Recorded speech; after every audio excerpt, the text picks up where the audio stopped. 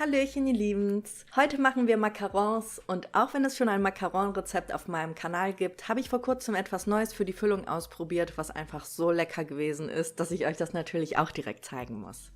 Die letzten Macarons waren auch mit einer hellen Füllung, die man einfärben konnte, und heute machen wir eine dunkle Schokofüllung mit Rosengeschmack. Ich liebe wirklich alles mit Rosengeschmack, das kennt vielleicht auch nicht jeder, deshalb kann ich das an dieser Stelle auch wirklich jedem nur empfehlen, das einmal auszuprobieren.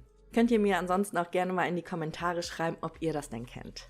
Dann legen wir los und ich wünsche euch ganz viel Spaß mit dem Video.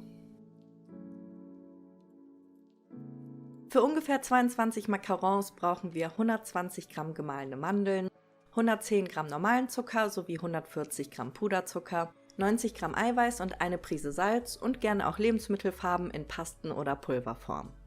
Die Mengenangaben findet ihr ansonsten nochmal in der Infobox oder wenn ihr euch das ganze Rezept nochmal durchlesen möchtet, schreibe ich euch das auch auf meinen Blog. Wir fangen mit den Mandeln an, die zunächst gesiebt werden müssen, und für schöne Macarons brauchen wir wirklich fein gemahlene Mandeln. Deshalb mache ich das auch immer so, dass ich die zusätzlich nochmal durch den Mixer jage. Das mache ich dann bei Bedarf nochmal mit den Resten, die nicht durch das Sieb fallen. Merkt euch beim Mixen nur, dass die Mandeln nicht zu lang gemixt werden dürfen. Immer nur im Sekundenbereich, weil es geht wirklich super schnell, dass ihr vom Mandelmehl auf einmal ein Mandelmus habt.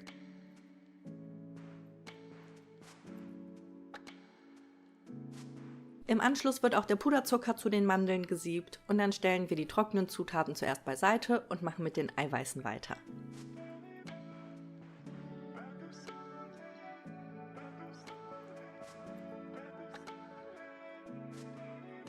Die müssen bitte auch unbedingt abgewogen werden, damit die Macarons gut gelingen können.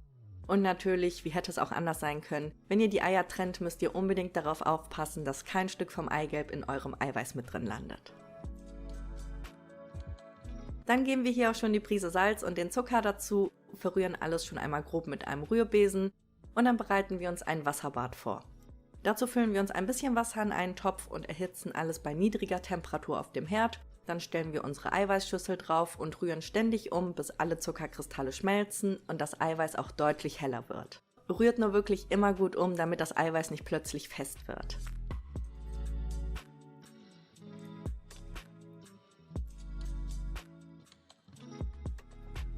Haben wir das geschafft, können wir die Eiweiße mit der Küchenmaschine oder auch mit dem Handmixer einmal aufschlagen, bis sie zum einen abkühlen und zum anderen auch so fest werden, dass sie stabile, glänzende Spitzen ziehen.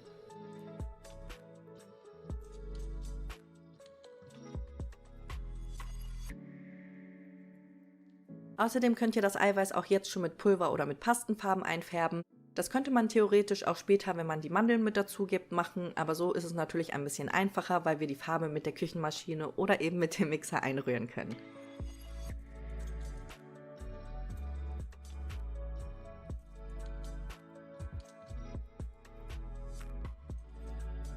Dann können wir jetzt auch die trockenen Zutaten in mehreren Portionen zu den Eiweißen sieben. Doppelt gesiebt hält einfach besser und dann rühren wir alles schön vorsichtig unter.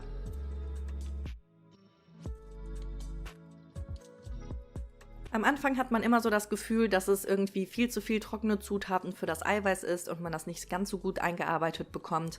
Aber rührt trotzdem immer kontinuierlich weiter und am Ende sollte dann alles gut miteinander verrührt sein. Und dann rühren wir trotzdem noch so lange weiter, bis wir eine zäh fließende Konsistenz erreichen.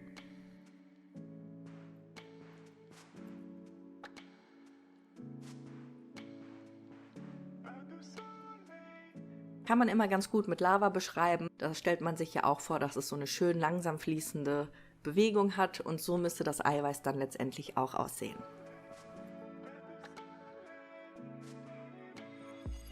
Hier habe ich mir jetzt schon einen Spritzbeutel mit einer großen Lochtülle vorbereitet, was ich mir dann nur noch um eine Tasse stülpe und dann können wir hier die Masse einfüllen.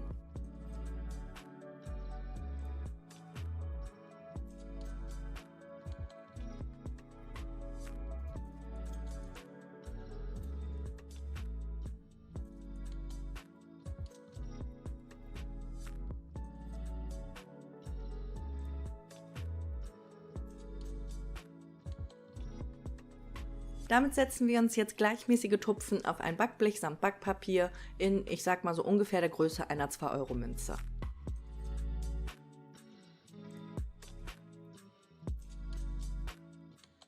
Am Ende klopfen wir das Blech auch nochmal aus, damit eventuell alle Luftbläschen in den Macarons an die Oberfläche steigen und dann lassen wir sie so für 35 Minuten an der Luft antrocknen und dann können wir unseren Backofen auch schon einmal auf 140 Grad vorheizen.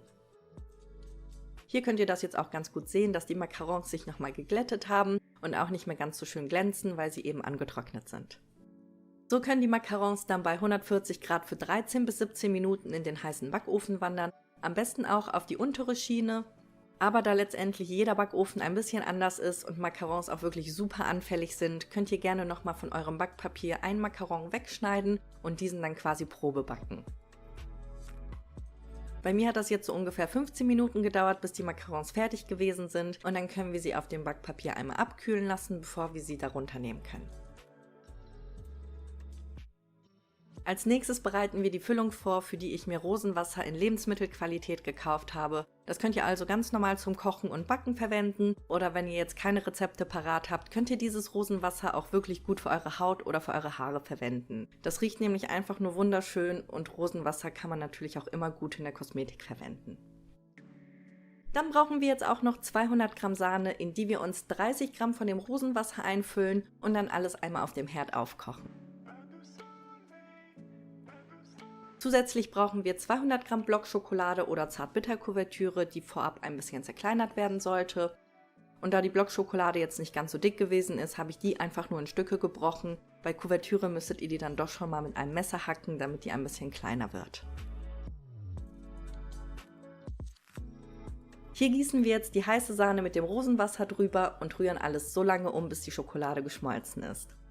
Und abgesehen von dem Rosenwasser könnt ihr an dieser Stelle auch andere Flüssigkeiten wie zum Beispiel Eierlikör oder verschiedene Sirupsorten verwenden. Oder ihr könnt das an dieser Stelle auch komplett weglassen und einfach nur eine normale Schokoganache zubereiten.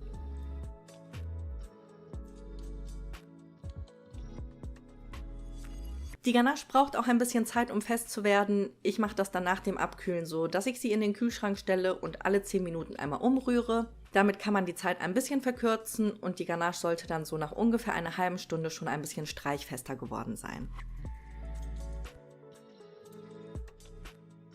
Dann füllen wir die jetzt auch in einen Spritzbeutel um und können unsere Macarons befüllen. Dazu suchen wir uns jetzt immer 2 gleich große Macarons, damit das optisch schön zusammenpasst und dann verteilen wir auf eine Hälfte einen mittelgroßen Klecks der Ganache. Die Macaronhälften können wir jetzt ganz einfach mit einer Drehbewegung zusammensetzen, damit sich die Schokolade auch schön bis zum Rand drückt. Damit sind wir auch schon fertig. Haltbar sind sie so ungefähr 5 Tage im Kühlschrank, wobei sie frisch gemacht natürlich immer am besten schmecken. Und der Rosengeschmack ist einfach wunderbar blumig. Ich liebe das, ich kann es auch wirklich jedem nur empfehlen, aber letztendlich ist es natürlich auch immer eine Geschmackssache.